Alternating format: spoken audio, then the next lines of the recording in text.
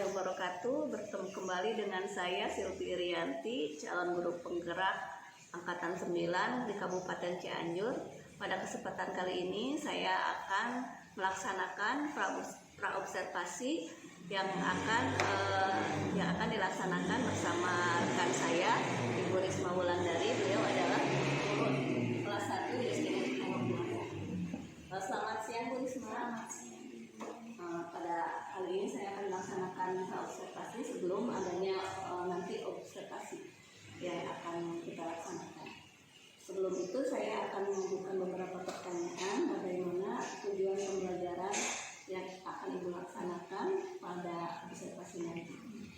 Tujuan pembelajaran matematika selain sesuai dengan rancangan pembelajaran yang telah saya buat, pada intinya pada pembelajaran matematika tidak menyuruh siswa untuk menguasai materi, tapi di sini lebih ditekankan kita sebagai guru memfasilitasi siswa untuk dapat mengembangkan pola pikir yang terkonsep sehingga siswa menguasai daya nalar yang tinggi dan yang terutama dapat diaplikasikan dalam kehidupan sehari-hari sehingga siswa dapat memecahkan permasalahan-permasalahan yang dihadapi yang sesuai dengan konteks kehidupan sehari-hari pada pembelajaran matematika seperti itu. Untuk selanjutnya bagaimana rancangan pembelajarannya seperti pertanyaan kedua mengenai rancangan pembelajaran seperti model pembelajaran, kira-kira metode pembelajarannya seperti apa? Dalam pembelajaran matematika, langkah awal yang dilakukan oleh pendidik kepada peserta didik yaitu yang pertama, apalagi di kelas 1 ya, kelas bawah, dimana kalau dalam kurikulum Merdeka itu terdapat dalam fase A, kita lebih mengenalkan konsep dasar dulu kepada peserta didik, dimana kita lebih mengkonsepkan atau lebih mengutamakan pembelajaran yang menyenangkan, pembelajaran yang asyik. Siswa lebih tahu bilangan-bilangan mana yang sesuai dalam penjumlahan yang akan ditemukan oleh pendidik, oleh pengajar seperti itu. Strateginya biasanya kami sebagai guru wali kelas 1 mengacak angka dari bilangan 1 atau sampai bilangan yang telah ditentukan sesuai indikator. Dalam indikator semester 2 ini dari 1 sampai 50. Jadi kita ambil bilangan pertengahan saja dari 21 sampai 50 secara acak dan siswa bisa menyebutkan satu persatu seperti itu. Jadi awali dari pembelajaran yang menyenangkan membuat anak. Selanjutnya apa saja yang menjadi media pembelajaran dalam pelaksanaan observasi nanti? Ya, dalam observasi nanti media pembelajaran yang pertama sudah tentu ya kita buku panduan yang sudah dipatok dari Kemendikbud. Kemudian yang kedua kami menggunakan kartu angka, di mana di sana peserta didik bisa menyebutkan angka yang dipilih oleh peserta didik dan dari angka tersebut peserta didik bisa menyimpulkan dalam konsep penjumlahan atau pengulangan dan nanti kita sebagai pendidik mengarahkan siswa ke dalam persoalan-persoalan sehari-hari tapi yang sederhana dalam bentuk penjumlahan atau pengulangan seperti itu. Untuk pelaksanaan observasi waktunya kapan ya dilaksanakannya? Bisa hari Jumat pagi Bu ya. Hari Jumat pagi kebetulan di sana sudah sesuai jadwalnya dengan apa yang akan kita konsepkan nanti ke depan. Ya, pada saat itu saya akan mencatat kegiatan pada saat observasi tersebut dan dalam kegiatan pembelajaran tersebut saya akan mencatat apa yang dilaksanakan oleh Ibu. Kemudian pertanyaan yang terakhir, kira-kira apa yang Ibu dapatkan dari hasil percakapan kita ini? Dari hasil percakapannya lebih terkonsep ya, insya Allah nanti dalam proses pembelajaran ke depannya saya lebih terkonsep lagi dan lebih terarah lagi sehingga tujuan pembelajaran yang diharapkan itu bisa terlaksana dengan efektif seperti itu. Terima kasih Bu atas waktunya. Semoga nanti pelaksanaan observasi bisa berjalan dengan lancar dan sukses insyaallah. Terima kasih Bu. Assalamualaikum warahmatullahi wabarakatuh. Semuanya. Duduk yang rapi. Arya apa ini duduk.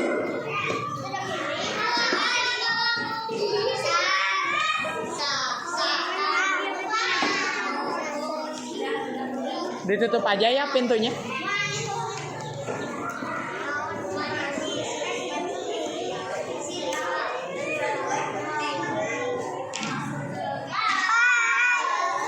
Hei, dengerin. Ini di video, tidak ada yang berisik rapasnya. Ini di video, tidak boleh ngobrol. Selamat pagi semuanya. Ya, alhamdulillah. Pembelajaran hari ini yaitu mengenai matematika. Kalian sudah mengenal bilangan 1 sampai 50? Sudah. Sudah bisa mengenal 1 sampai 50? Sekali lagi ibu tanya, sudah? Sudah. Sudah bisa menempatkan mana puluhan, mana satuan? Sudah? Oke, lihat ke depan. Ibu akan menuliskan sebuah angka. Kalian akan sebutkan angka berapa yang ibu tulis.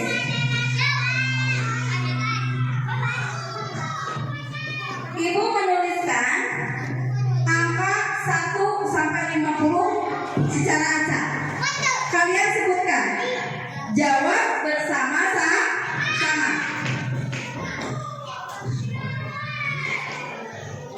Angka berapa ini? Angka berapa? 43. Ulangi lagi, angka berapa?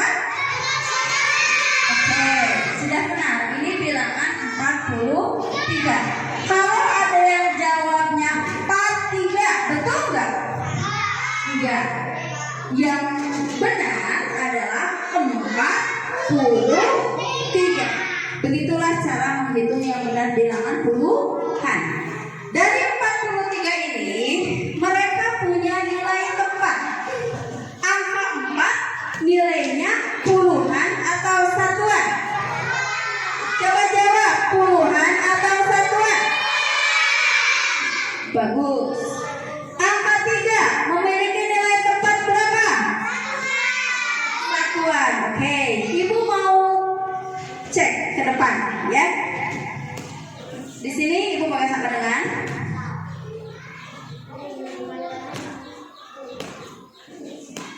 dari 43 ya.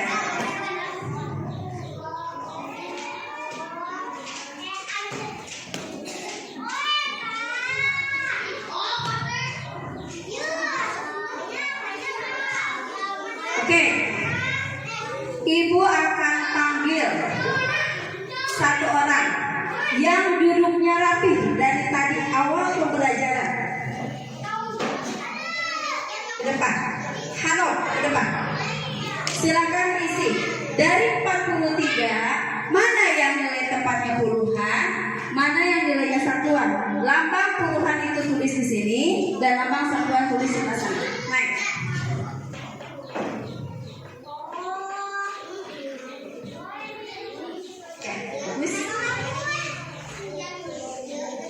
Oke, sekarang 40-an.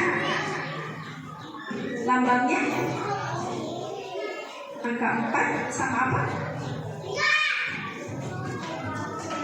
Hah? Lupa lagi ya. Angka 4. Kalau puluhan itu akhirnya dipakai angka apa?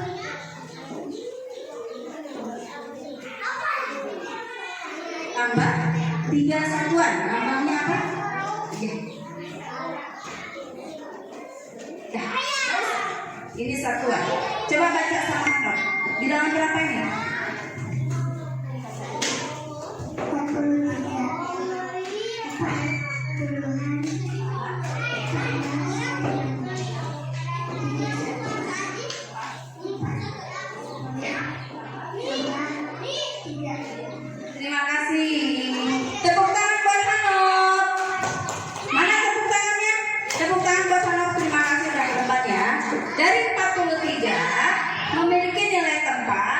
40-an dan 3 satuan. Lambang dari 40-an, semua bilangan puluhan pasti memiliki angka 0 di belakangnya. Oke, paham?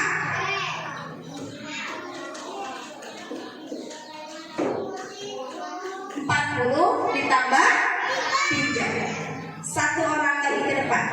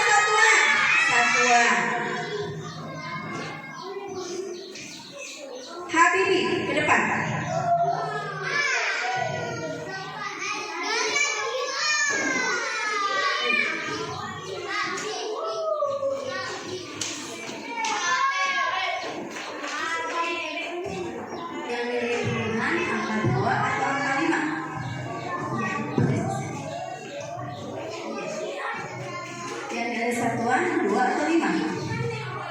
Iya, bisa. Kemudian 20-an namanya itu bisa seperti apa?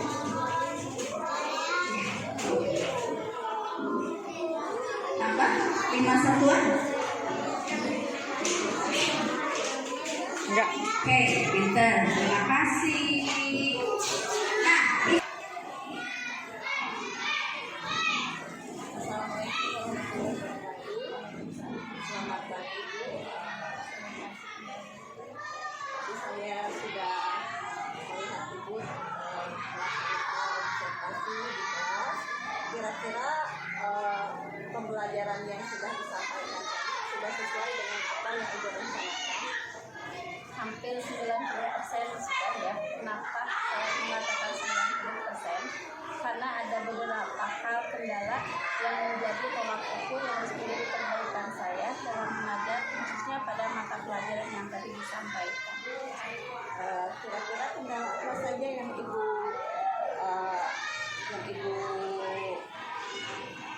kendala apa saja yang Ibu rasakan, yang Ibu hadapi ketika pembelajaran dilaksanakan? Kendala yang saya hadapi pada saat ini pada mata pelajaran yang sudah disampaikan pada masa observasi tadi, yang pertama adalah karakter peserta didik. Kenapa karakter peserta didik? Karena karakter peserta didik itu menjadi tolak ukur juga ya dalam memahami pembelajaran yang disampaikan oleh guru, karena tidak semua anak menyukai atau minat dalam pembelajaran yang disampaikan. Ada beberapa anak yang gaya belajarnya visual, ada beberapa anak yang gaya belajarnya audio, dan ada juga anak yang gaya belajarnya audio visual. Nah, hal itu mungkin yang menjadi kendala bagi seluruh pendidik ya, pengajar dalam menyampaikan pembelajaran yang harus dikuasai oleh peserta didik. Selanjutnya, Kesulitan yang saya hadapi dalam pembelajaran tadi sudah mencapai 90% yang saya targetkan daya serapnya. Kenapa? Satu, karena karakter peserta didik yang berbeda dalam memahami pembelajaran. Yang kedua, kita sebagai guru harus bisa memilah dan memilih gaya belajar yang diharapkan oleh peserta didik sehingga menciptakan pembelajaran yang menyenangkan. Kemudian yang ketiga, kondisi keadaan kelas juga itu menjadi salah satu proses keberhasilan pembelajaran. Kenapa? Karena yang saya tahu kelas kita ini kelas gemuk ya. Sedangkan kelas gemuk ini normalnya kita itu pengen berhasil itu peserta didik harus 25 per kelas. Kalaupun satu guru memegang 50-60 siswa, itu mungkin akan mempengaruhi keberhasilan pembelajaran di kelas. Itu mungkin Bu ya yang jadi faktor kesulitan bagi saya dalam pencapaian pembelajaran.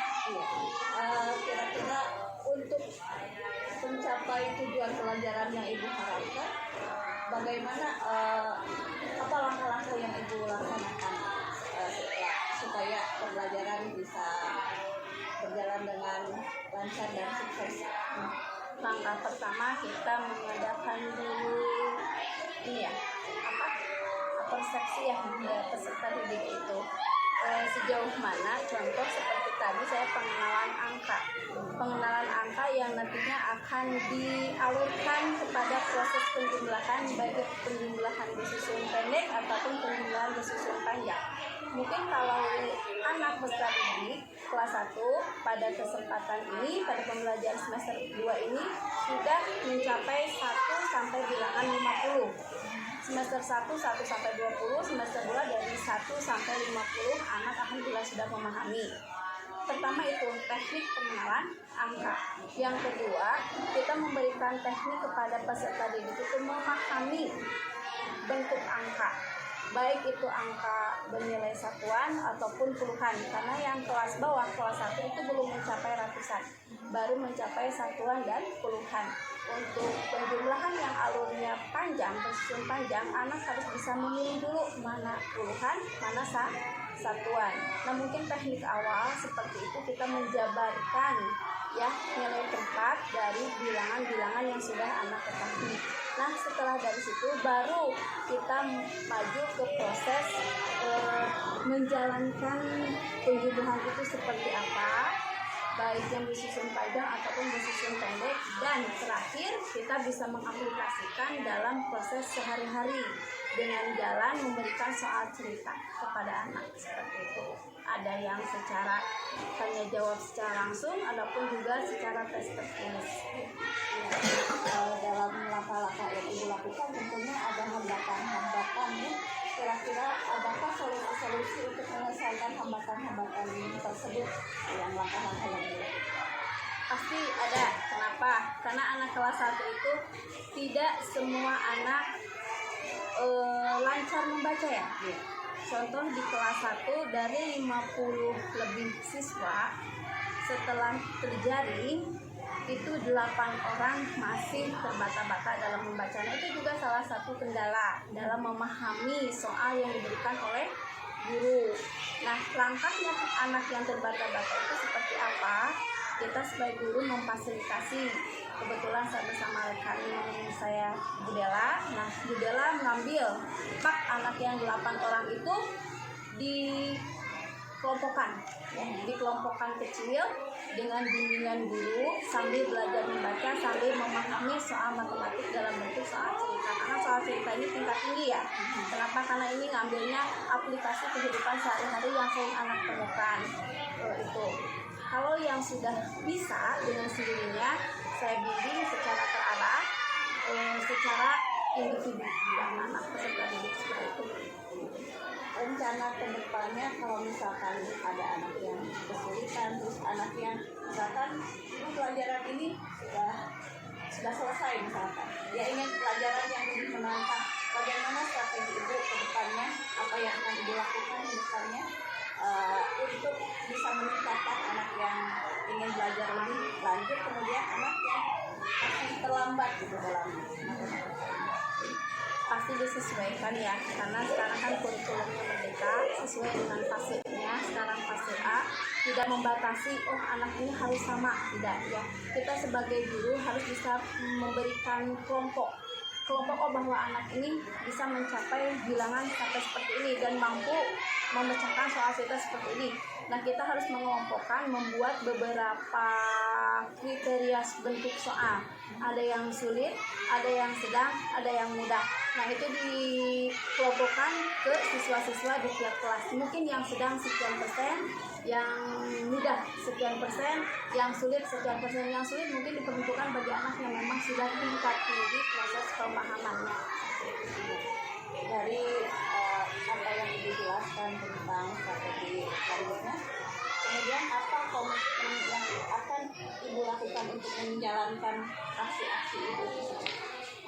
Komitmennya yang pertama ya kita harus lebih ekstra ya, memberikan pengajaran kepada peserta didik baik secara terarah ataupun tidak, baik secara langsung ataupun tidak langsung. Mungkin secara saya di kelas bersama peserta didik, kalau secara tidak langsung mungkin saya ada bentuk kerjasama bersama orang tua bahwa anak tersebut sudah memiliki kelebihan seperti ini. Kalaupun saya kasih misalkan bentuk soal seperti itu, karena anak itu sudah mampu. Kemudian saya juga memberi pengarahan kepada orang tua, misalkan si B, maaf bukan berarti anak ibu bodoh, tidak ada anak yang bodoh, hanya saja segi pemahaman anak itu berbeda-beda. Karena ada yang sudah pandai baca, ada yang belum pandai baca, itu kan berbeda ya tingkat pemahamannya. Dikasih kepada orang tua pengarahan seperti itu, ini bentuk soalnya seperti ini, mungkin orang tua juga akan paham. Jadi intinya saya bekerja sama aja dengan orang tua dalam pembelajaran di sekolah, baik secara langsung ataupun tidak langsung. Ya, untuk menjalankan komitmen itu selain misalkan tentang kuliah, Budela dan orang tua siswa, siapa saja kira-kira yang dapat membantu dalam melaksanakan komitmen Ibu yang tadi? Yang terutama peserta didik menjadi objeknya ya. Kita buat komitmen dengan peserta didik karena dialah yang menjadi objeknya, karena dialah yang nanti akan diunggulkan dalam proses tujuan pembelajaran ini. Terima kasih jawaban Ibu. Selanjutnya Ibu dapat kembali menemukan solusi dari permasalahan ibu di dalam pembelajaran itu, dan dari pembicaraan kita ini saya meminta kesimpulan dari untuk solusi pembelajaran yang dilakukan. Saya ingin menerima kesimpulan dari Kesimpulannya, kita sebagai pendidik ya harus bisa memilih dan memilah karakter siswa untuk keberhasilan pembelajaran di kelas. Dan yang kedua, pendidik harus memiliki strategi, teknik, serta harus mempunyai media pembelajaran yang lebih interaktif supaya menciptakan pembelajaran yang menyenangkan.